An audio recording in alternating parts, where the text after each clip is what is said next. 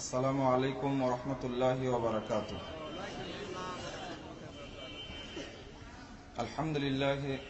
আলহামদুলিল্লাহি ওয়াহদাহু ওয়াসসালাতু ওয়াসসালামু আলা মান লা নাবিয়্যা বা'দাহু। আউযু বিল্লাহি মিনাশ শাইতানির রাজীম। ওয়ালতাকুম উম্মাহ ইয়াদউনা ইলাল খায়র ওয়া ইয়া'মুরুনা বিল মা'রুফ ওয়া ইয়ানহাউনা আনিল মুনকার ওয়া উলাইকা হুমুল মুফলিহুন। عن أبي هريرة رضي الله عنه قال قال رسول الله صلى الله عليه وسلم بدأ الإسلام غريبا وسيعود كما بدأ فطوبى للغرباء رواه مسلم. وفي رواية لأحمد بإسناد صحيح وهم الذين يصلحون ما أفسد الناس من بعد من سنتي.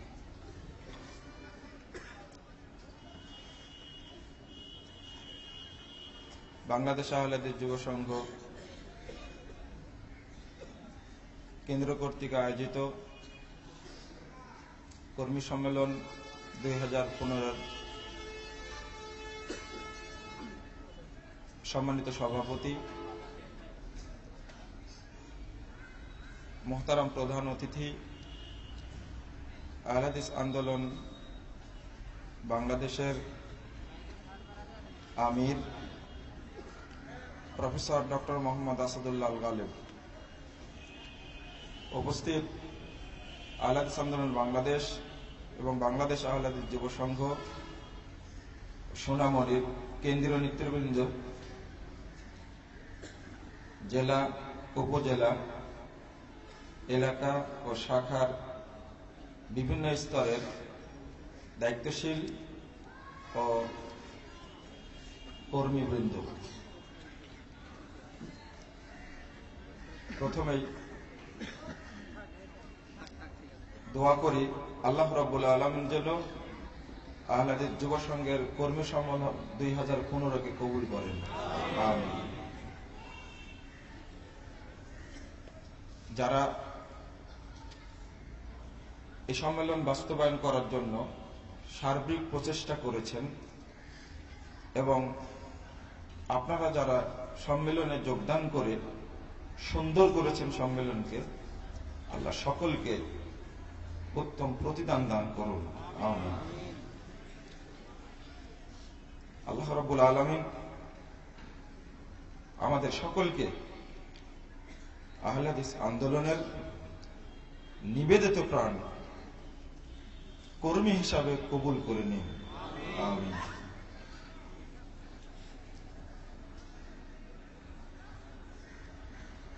আদর্শ সমাজ গঠনে বাংলাদেশ আহলে হাদিস যুব সংঘের ভূমিকা,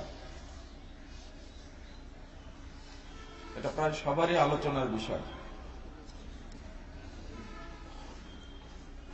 প্রথমে জানানো হয়েছিল যে সংগঠনের মজবুতির উপায়, পরে সভাপতি সাহেব জানালেন আমির মামুর বায়াত ইতাআত সংগঠনের ভিত্তি।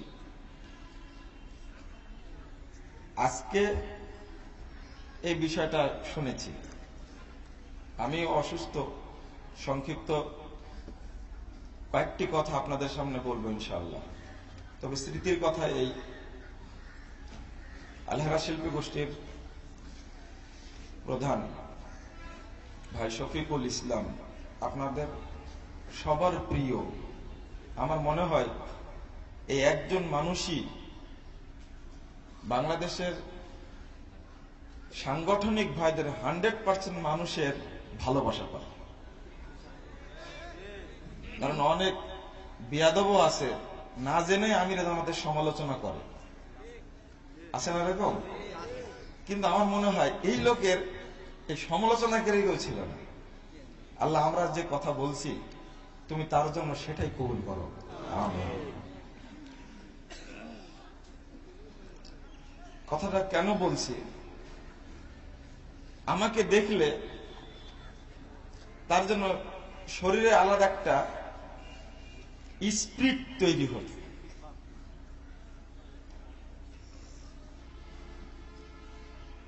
গত 1 তারিখে সর্বশেষ দেখা এই দামনাসে, বাগমারা দামনাসে বিশাল প্রোগ্রাম। উনি আলোচনা করছেন, মঞ্চ থেকে নেমে আসছেন, আর আমি যাচ্ছি।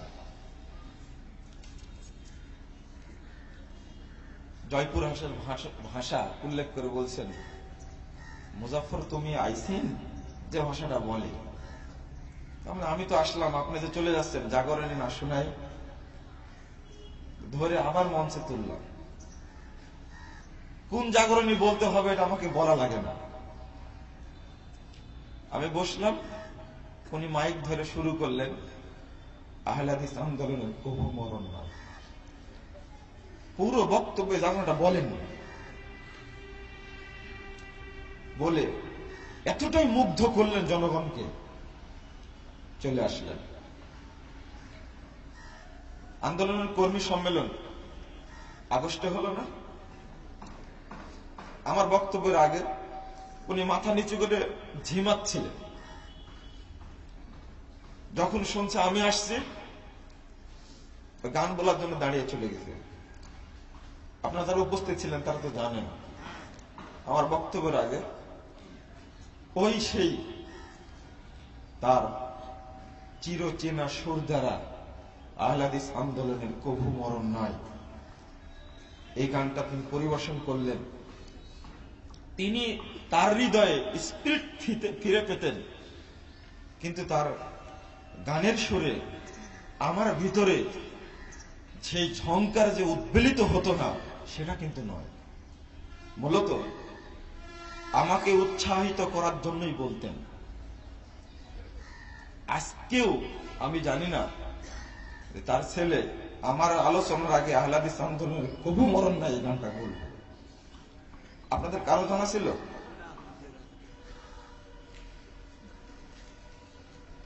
আমি আমিরের মধ্যে একটা কথা নকল করি। মোহতারাম আমিরে জামাত প্রায় বলেন, আহলে হাদিস আন্দোলনের কভু মরণ নাই এই গানটা শফিকুল ইসলামের কণ্ঠে যেভাবে ধ্বনিত হয়, ঝংকারিত হয়, আর কারো কণ্ঠে এটা হয় না। যখন তার ছেলের কণ্ঠে এটা হলো না, আর ওই কণ্ঠে নতুন কারো কণ্ঠে শোনা যাবে না। আল্লাহ দ্বিতীয়টা কাউকে হয়তো রাখবেন না। যিনি যান তিনি নিজে একাই চলে যান, কাউকে আর ফেলে রেখে যান না। শুধু এতটুকু, আল্লাহ তুমি তাকে কবরে শান্তিতে রাখো, কিয়ামতের মাঠে তাকে মুক্ত করে দিও, এবং জান্নাতুল ফেরদাউসে তাকেও ঠাঁই দিও, তার সাথে আমাদেরকেও ঠাঁই দিও। আমিন। বাংলাদেশ আহলে হাদিস যুব সংঘ 1978 সালের 5 ফেব্রুয়ারি রবিবার থেকে যাত্রা শুরু করেছিল। আজকে 2015 18 ডিসেম্বর। দীর্ঘদিন অতিক্রম করেছে। আলহামদুলিল্লাহ, এখন একটি গাছ ডালপালা মেলেছে, ফুল হয়েছে, ফল দিতে শুরু করেছে। এই ফলের বীজ বাংলাদেশ শুধু নয়, বিশ্বের প্রত্যন্ত অঞ্চলে প্রথিত হচ্ছে এবং গাছ জন্ম নিচ্ছে, সেখানেও ফল দিচ্ছে। আলহামদুলিল্লাহ। এই কাফেলা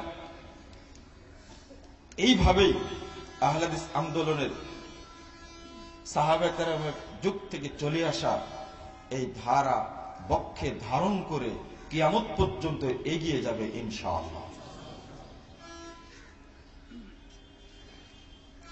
ভূমিকা বলে শেষ করা যাবে না,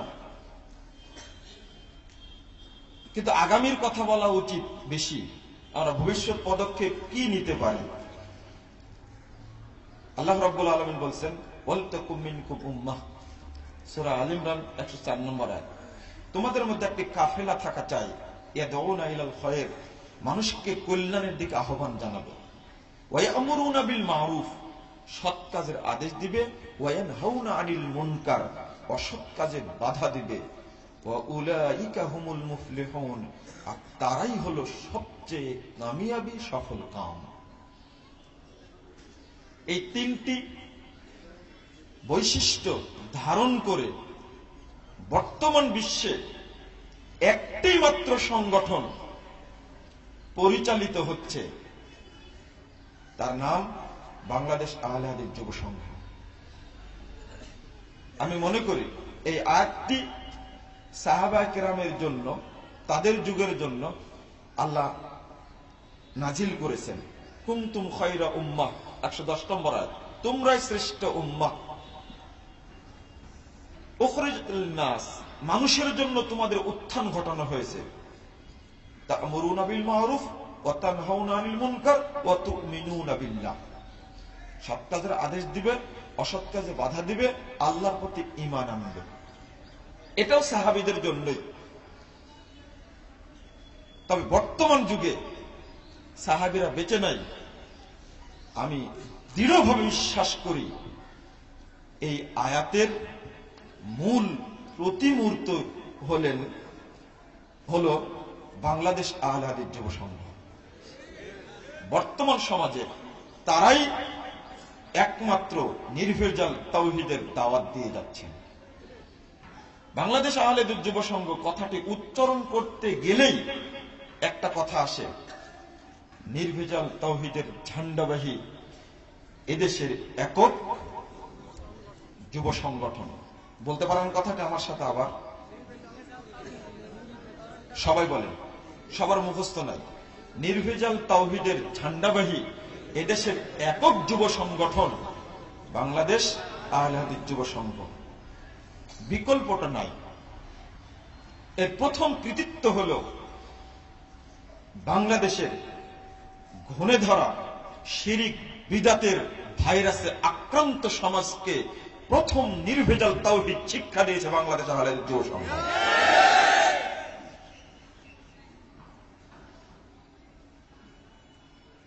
কারণ এর লক্ষ্য উদ্দেশ্যের প্রথম বাক্যই হল নির্ভেজাল তাওহীদের প্রচার ও প্রতিষ্ঠা এবং জীবনের সর্বক্ষেত্রে কিতাব ও সুন্নাতের যথাযথ অনুসরণের মাধ্যমে আল্লাহর সন্তুষ্টি অর্জন করা। শুধু আমার জানা মতে শুধু বাংলাদেশে নয়, পৃথিবীর কোন সংগঠনের প্রথম বাক্যেই নির্ভেজাল তাওহীদের প্রচার ও প্রতিষ্ঠার কথা নেই আমার জানা মতে। আরেকটি কথায় এই সংগঠনের মনোগ্রামের সাইডে লেখা আছে, সেটা পবিত্র কোরআনের সূরা ইউসুফ 108 নম্বর আয়াত, কুল হাযিহি সাবিলি আদউ ইলাল্লাহ আলা বাসীরা আনা ওয়া মান ইত্তাবা'আনি সুবহানাল্লাহ ওয়া মা আনা মিনাল মুশরিকিন।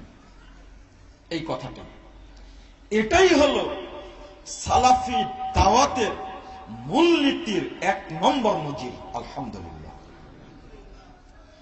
একদিন বলেছি কিনা জানি না, সম্ভবত 2003 সালে হবে, এখানে একজন বড় আলেম ছিলেন ফাওয়াজ আল গামিদি, মদিনা ইউনিভার্সিটিতে পড়াশোনা করা।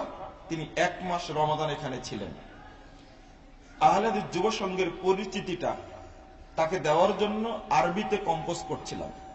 প্রথম যখন এই আয়াতটি পৃষ্ঠার উপরে দেখেন, তিনি এই ভাষাটা উল্লেখ করেছিলেন যে আহলে হাদিস যুব সংঘ যে সালাফি দাওয়াতকে বক্ষে ধারণ করে এগিয়ে যাচ্ছে, এই আয়াতটা তার প্রমাণ।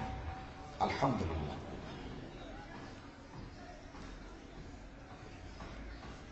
দ্বিতীয়, বাংলাদেশ আহলে হাদিস যুব সংঘ বাংলাদেশে নয়, বিশ্বব্যাপী ছাত্র এবং নবীনদের হৃদয়ে তাওহীদের খোরাক হলো বাংলাদেশ আহলে হাদিস যুব সংঘ। যে আদর্শ আহলে হাদিস যুব সংঘ উপহার দিয়েছে, আদর্শ সমাজ গঠন, আমি আরেকটু বাড়িয়ে বলি, শুধু এটা নয়, আদর্শ বলতে সামাজিক আদর্শ, রাজনৈতিক আদর্শ, অর্থনৈতিক আদর্শ, সাংস্কৃতিক আদর্শ, এই আদর্শ শব্দটি সবগুলোর সাথেই যোগ হয়। বাংলাদেশ আহলে হাদিস যুব সংঘ সব ঘরই পূরণ করেছে। আলহামদুলিল্লাহ। বাংলাদেশ আহলে হাদিস যুব সংঘের কোন কর্মী ইসলামী অর্থনীতির মূলনীতির বাহিরে গিয়ে কখনো ধোঁকাবাজেরও আশ্রয় নেয় না, সুদেরও আশ্রয় নেয় না, প্রতারণার আশ্রয় নেয় না, হারাম ব্যবসার আশ্রয় নেয় না।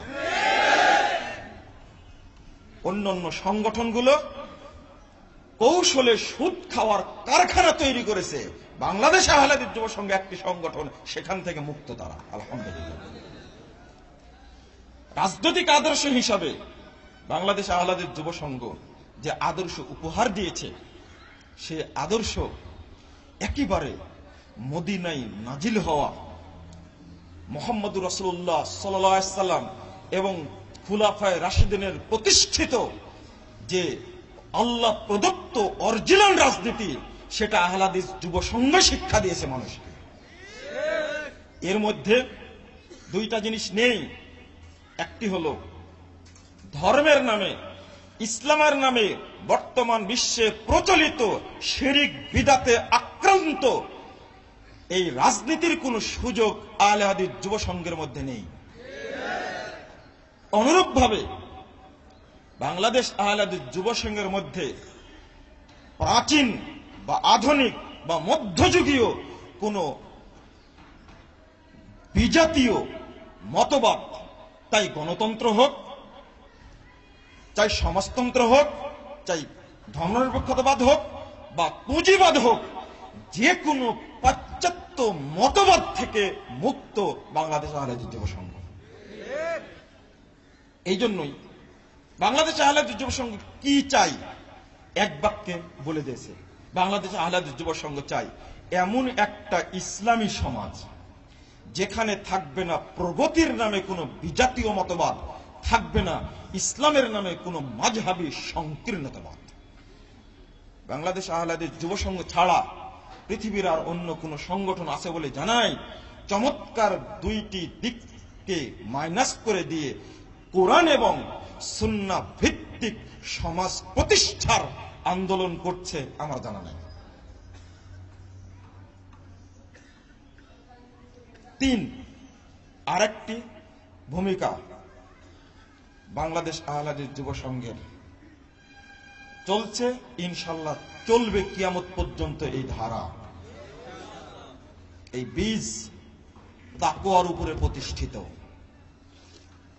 যে সংগঠনের তাকওয়া আছে, ওই সংগঠনের বিরুদ্ধে পৃথিবীর যাবতীয় শক্তি ঐক্যবদ্ধ হলেও এই সংগঠনকে ইনশাআল্লাহ দমাতে পারবে না। এটা তাকওয়ার উপরে প্রতিষ্ঠিত। বাংলাদেশ আহলে হাদিস যুব সংঘ দুইটি কাজ করে এসেছে। সেটা হলো বাংলাদেশের জন্য যেমন সেনাবাহিনী সার্বভৌমত্বের অধিকারকে সংরক্ষণ করে থাকে, সার্বভৌমত্বকে অটল রাখে, বাংলাদেশ আহলে হাদিস যুব সংঘ এই দেশে আহলে হাদিস আন্দোলনের মূলনীতি, বৈশিষ্ট্য এবং তার কর্মধারাকে তারা যাবতীয় ষড়যন্ত্র থেকে তারা সংরক্ষণ করে থাকে। আর বাংলাদেশ আহলে হাদিস যুব সংঘ শিরিক, বিদআত ও নব্য জাহিলিয়াতের নামে প্রতিষ্ঠিত দাওয়াতের বিরুদ্ধে মূর্তিমান চ্যালেঞ্জ, আলহামদুলিল্লাহ। এটা শিরিক বিরুদ্ধে আশ্রয় দেয় না। বাংলাদেশ আহলে হাদিস যুব সংঘ চলার পথে অনেক জায়গায় বাধাগ্রস্ত হয়েছে, কিন্তু বাধাকে অতিক্রম করে সামনে এগিয়ে গিয়ে সমাজের খেদমত করেছে। ইনশাআল্লাহ সামনে দিনেও করবে, এতে কোনো সন্দেহ নেই। ছোট্টখাটো একটি কথা, আজকে যদি সমাজ মূল্যায়ন না করে, একদিন এই সমাজ আহলে হাদিস যুব সংঘের অবদানকে মূল্যায়ন করবেই, এতে কোনো সন্দেহ নেই। এই আহলে হাদিস যুব সংঘের অবদানকে কেউ খাটো করে দেখতে পারবে না ইনশাআল্লাহ। শাহ ইসমাইল শহীদ রাহিমাহুল্লাহ মারা গেছেন 1831 সালের 6 মে। তিনি প্রথম যে গ্রন্থটি লিখেছিলেন, উপহার দিয়েছিলেন দেশবাসীকে তরুণ হিসাবে, যুবক হিসাবে, সেটা ছিল রিসালাতুত তাওহীদ, তাওহীদের চিঠি পত্র। জনগণের কাছে মেসেজটা দিয়েছিলেন। তিনি মারা গেছেন 1831 সালে 1960 সালে এসে জার্মান ঐতিহাসিক স্বীকৃতি দিতে বলছেন, all the strength of Christendom consisted in the subcontinent but had not second Islam's power. ইহুদি খ্রিস্টানদের পৃথিবীতে যত সাম্রাজ্য রয়েছে, সমস্ত সাম্রাজ্যবাদী চক্র উপমহাদেশে ইসমাইল শহীদের বিরুদ্ধে ঐক্যবদ্ধ হয়েছিল, কিন্তু শাহ ইসমাইল শহীদের পশম পর্যন্ত নড়াতে পারেনি। তিনি শহীদ হয়ে গেছেন, শাহাদাতের মর্যাদা পেয়েছেন, কিন্তু ওই রক্তের উপর দিয়ে স্বাধীনতা অর্জিত হয়েছে। বাংলাদেশ নয়, এই উপমহাদেশ ইংরেজ এই অপবিত্র বেনিয়া দালাল গোষ্ঠী থেকে উপমহাদেশ মুক্তি পেয়েছে, আলহামদুলিল্লাহ। একদিন আহলে হাদিস যুব সংঘের এই কর্মতৎপরতার মাধ্যমে বাংলাদেশে প্রতিষ্ঠিত যাবতীয় জাহেলি মতবাদ, শিরক এবং বেদাতের শিখণ্ডি উৎখাত হয়ে তাওহীদের ভিত প্রতিষ্ঠিত হবে ইনশাআল্লাহ, এতে কোনো সন্দেহ নাই। আল্লাহ, তুমি বাংলাদেশ আহলে হাদিস যুব সংঘকে কবুল করো, আমিন। আল্লাহ, তুমি বাংলাদেশ আহলে হাদিস যুব সংঘের প্রত্যেকটি সেক্টরের কর্মীকে তুমি তোমার দ্বীনের খাদেম হিসাবে, তাওহীদের খুঁটি হিসাবে কবুল করো, আমিন। এছাড়া আল্লাহ, বদর যুদ্ধের মাঠে রাসূল সাল্লাল্লাহু আলাইহি ওয়াসাল্লাম যে দোয়া করেছিলেন, সেই দোয়াটি আজকে আমি করছি। আল্লাহ রাসূল বলেছিলেন, ইন তুহলিক হাদিহিল ইসাবা, আল্লাহ, আল্লাহ, আমি তোমার কাছে বলছি, তুমি যদি এই কাফেলাকে আজকে ধ্বংস করে দাও, লাম তুবাত ফি আরদিক, তোমার ভূমিতে ইবাদত করার আর কেউ থাকবে না। আল্লাহ, তুমি বাংলাদেশ আহলে হাদিস যুব সংঘ কবুল করো। এই বাংলাদেশে আহলে হাদিস যুব সংঘ নির্ভেজাল দাওয়াত যদি না দেয়, আর কোন সংগঠন আছে আমরা জানি না। আল্লাহ, তুমি আহলে হাদিস যুব সংঘের এই কর্মতৎপরকে কবুল করে নাও, আমিন। আহলে হাদিস যুব সংঘের কেন্দ্রীয় কমিটিকে আন্তরিক ধন্যবাদ এবং সম্মেলনের আয়োজন করার জন্য আল্লাহ যেন তাদেরকে যাজায়ে খায়র দান করেন, আল্লাহুম্মা আমিন। আপনাদের সকলকে আন্তরিক মুবারকবাদ জানিয়ে আমি আপনাদের কাছে দোয়া প্রার্থনা করে বিদায় নিচ্ছি। সুবহানাকাল্লাহুম্মা বিহামদিক, আশহাদু আল্লা ইলাহা ইল্লা আনতা আস্তাগফিরুকা ওয়া আতুবু ইলাইক। আসসালামু আলাইকুম ওয়া রাহমাতুল্লাহ।